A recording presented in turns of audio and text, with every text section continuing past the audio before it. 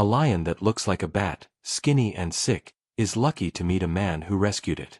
The shape in the shadows was wrong. Too angular, too small to be what Marcus initially thought he was seeing.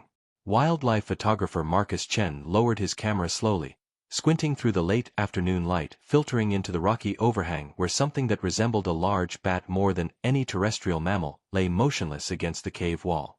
Only when the creature's ribcage rose with a shallow breath did he realize he was looking at a lion, though one so ravaged by illness and starvation that his species was barely recognizable. Marcus had spent 12 years documenting Africa's wildlife, but nothing in his experience had prepared him for this sight.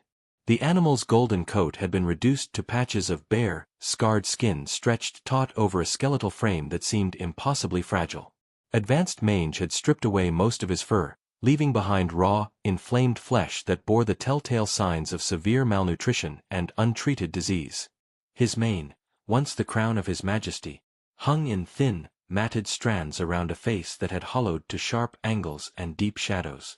The photographer's first instinct was to retreat, to give the dying animal the dignity of solitude, but something in the lion's posture suggested awareness rather than the final stupor of approaching death. His amber eyes, though sunken deep in their sockets, tracked Marcus's movement with alert intelligence. The lion's head lifted slightly, a gesture that required tremendous effort given his weakened state, and he made a sound that was neither roar nor whimper, but something closer to a question posed across the species divide. Marcus understood that he was witnessing the final chapter of a story that had likely unfolded over months of suffering. This lion had somehow survived long enough to find shelter in this cave, away from scavengers and the harsh sun that would have made his condition even more unbearable.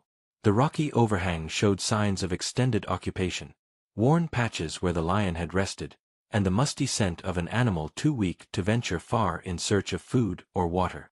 The decision to act came without deliberation.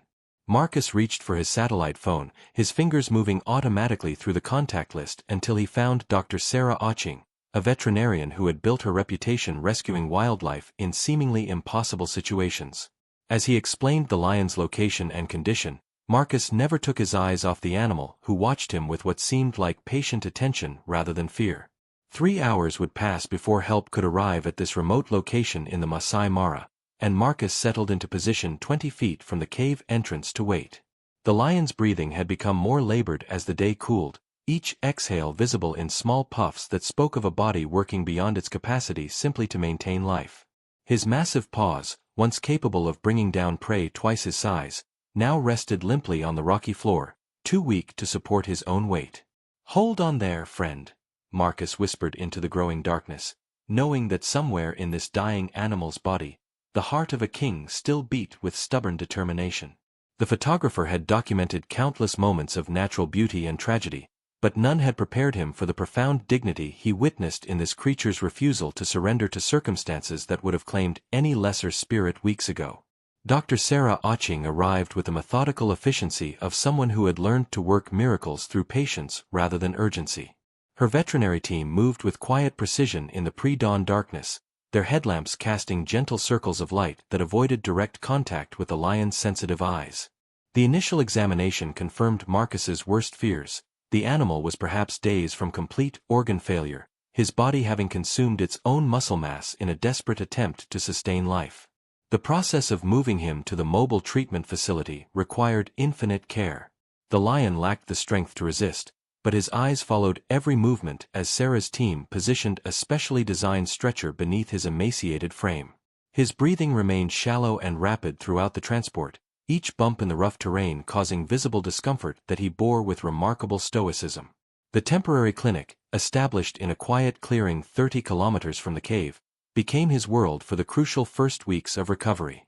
Sarah's treatment approach recognized that healing would be measured in millimeters rather than milestones. The mange treatment began with gentle antiseptic baths that removed layers of infection and dead skin, revealing the true extent of damage to his hide. The lion's response to these procedures spoke of an animal too exhausted to fear human touch, accepting their ministrations with the passive trust of one who had no reserves left for resistance. His amber eyes, though still sunken, began to track the movements of his caregivers with growing recognition. Nutrition presented its own delicate challenges. Months of starvation had shrunk his stomach to the size of a child's fist, making normal feeding impossible without risking fatal shock to his system. Sarah introduced sustenance through carefully measured portions of liquid nutrients, administered every 2 hours around the clock. The lion's first attempts to lift his head toward food required tremendous effort, his neck muscles trembling with the strain of supporting even that simple movement. The transformation occurred so gradually that individual days seemed to show little progress, yet photographs taken a week apart revealed remarkable changes. His ribs, once clearly defined beneath paper-thin skin, began to disappear beneath a layer of healthy tissue. The raw patches left by mange started to show the first fuzzy signs of new fur growth, creating a map of recovery across his scarred hide. Most encouraging was the return of strength to his legs, evident when he began shifting positions without assistance. Trust developed alongside physical healing, manifested in subtle changes in the lion's behavior around his human guardians. Where initially he had remained motionless during treatments, he began to lift his head when Sarah approached, making soft vocalizations that seemed almost conversational. His tolerance for examination increased daily, allowing more thorough care of wounds that had previously been too sensitive to touch. By the 4th week, the lion was consuming solid food in quantities that would have been unthinkable during those first desperate days. His daily routine included short walks around the enclosure, each circuit building strength in legs that had forgotten how to carry his weight. The patches of new fur had spread to cover most of his body, creating a patchwork coat that spoke of survival rather than suffering. "Look at those eyes now," Sarah murmured during one evening examination, noting how the lion's gaze had regained the alert intelligence that distinguished his species. The most profound change was behavioral rather than physical, the return of dignity to his bearing, visible in the way he held his head and the measured quality of his movements that suggested awareness of his own recovery. 6 months after Marcus first discovered the dying creature in the cave, a magnificent lion stood at the edge of the open-air enclosure, his golden mane catching the early morning light like spun silk. The transformation was so complete that those who had witnessed his rescue struggled to connect this powerful animal with the skeletal figure who had once resembled a bat more than the king of beasts. His coat gleamed with health, thick and lustrous, covering muscles that had rebuilt themselves through careful nutrition and patient time. Sarah stood beside the enclosure gate, her hand resting on the release mechanism that would return this lion to the wild for the first time in over a year. The decision had not been made lightly. Months of behavioral assessment had confirmed that his hunting instincts remained intact despite his extended period in human care. His weight had stabilized at a robust 400 pounds, and his mane had grown into a magnificent crown that spoke of full maturity and perfect health. The lion's behavior on this release morning carried none of the desperate weakness that had defined their first encounters.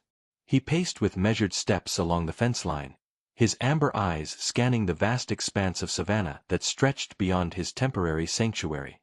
His vocalizations had returned to the deep, resonant tones of a healthy male, occasionally rumbling with sounds that carried across the landscape toward distant territories he had never forgotten.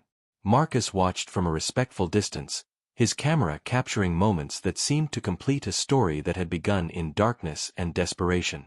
The lion paused in his pacing to look directly at Sarah, their eyes meeting in what felt like acknowledgement across the species divide. There was no sentimentality in his gaze, no human-like gratitude, but rather the calm recognition of an animal who understood that his time in this place was ending. The gate opened with a soft metallic click, and the lion stepped forward without hesitation. His movements carried the fluid power of a predator restored to full capability, each step taking him further from captivity and closer to the freedom that had been stolen by disease and circumstance. He did not look back at the humans who had saved his life, but walked steadily toward the acacia woodlands where his territory awaited reclamation. "Go well, my friend," Sarah whispered, her voice barely audible above the morning breeze. As the golden figure disappeared into the tall grass, only the distant sound of his territorial call echoed back across the savanna, announcing to the world that the king had returned to his throne. The morning sun climbed higher, painting the landscape in shades of amber that matched the lion's magnificent coat, while those who had witnessed his resurrection stood in quiet testimony to what compassion could accomplish when paired with stubborn hope.